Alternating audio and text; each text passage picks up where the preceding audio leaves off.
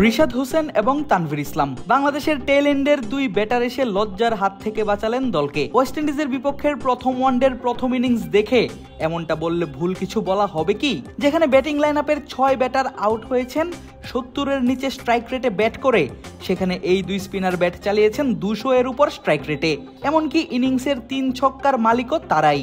বাকি সব ব্যাটাররা মিলেও বলকে উড়িয়ে নিয়ে ফেলতে পারেননি সীমানার ওপারে। আফগানিস্তানের বিপক্ষে 3 ম্যাচের ওয়ানডে সিরিজে হোয়াইট ওয়াশ হয়ে বাংলাদেশ ঘরের মাটিতে খেলতে এসেছে ক্যারিবিয়ানদের বিপক্ষে সিরিজ। সংযুক্ত আরব আমিরাতের পর বাংলাদেশ, আবুধাবির পর ঢাকা, শেখ জায়েদ ক্রিকেট স্টেডিয়ামের পর শেরেবাংলা ক্রিকেট স্টেডিয়াম। দেশ, আবহাওয়া, কন্ডিশন, পিচ সব ভিন্ন হলেও ধারাবাহিক কেবল বাংলাদেশের ব্যাটিং লাইন আপের ব্যর্থতা। শেষ কয়েকটি সিরিজ এবং টুর্নামেন্টে যেই ব্যাটিং লাইন আপ নিয়ে সমালোচনা শুনতে হচ্ছে সব থেকে বেশি, সেই ব্যাটাররাই আবারও ব্যর্থ নিজেদের সব থেকে পরিচিত মাঠে, পরিচিত উইকেটে।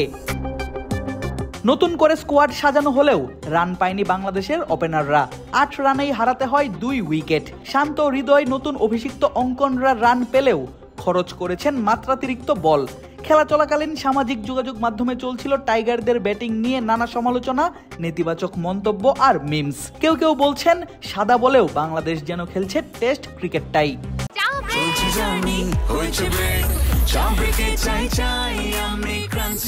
যে কোনো চা ব্রেকে 20 ক্লাব ড্রাই কেক, চায়ের সাথে আয়েশ। অবশ্য এমনটা বলার পেছনে কারণও আছে যথেষ্ট। ওয়ানডেটা খেলা হয় 50 ওভারে, অর্থাৎ 300 বলে। আর সেই 300 বলের মাঝে বাংলাদেশের ব্যাটাররা খেলেছেন 183টা ডট বল। প্রায় 60% বলে কোনো রানই নিতে পারেননি টাইগার ব্যাটাররা।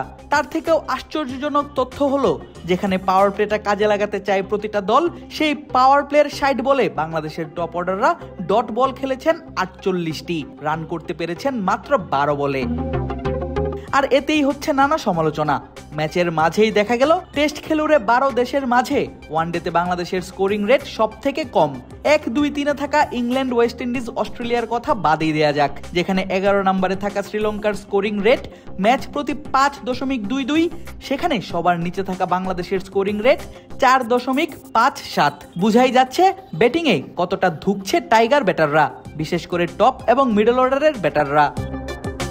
প্রতিটি সিরিজের পরই কোচ এবং প্লেয়ারদের মুখে শোনা যায় সিঙ্গেল বের করে খেলা এবং ইনিংস লম্বা করার জন্য কাজ করছে দল। এমনকি অনুশীলনের সময়ও দেখা যায় রানিং বিটুইন দ্য উইকেটে দৌড়ানোর অনুশীলন করছেন ক্রিকেটাররা। তবে এতে যে খুব বেশি লাভ হয়নি সেটা বোঝা গেল ক্যারিবিয়ানদের বিপক্ষে প্রথম ওয়ানডেতেই। আর যাই হোক, সাদা বলের সীমিত ওভারের ম্যাচে প্রায় 60% বল ডট খেলা কোনোভাবেই যায় না আধুনিক ক্রিকেটের সঙ্গে। আদিব আশরাফ, ক্রিক ফ্রেন্জি।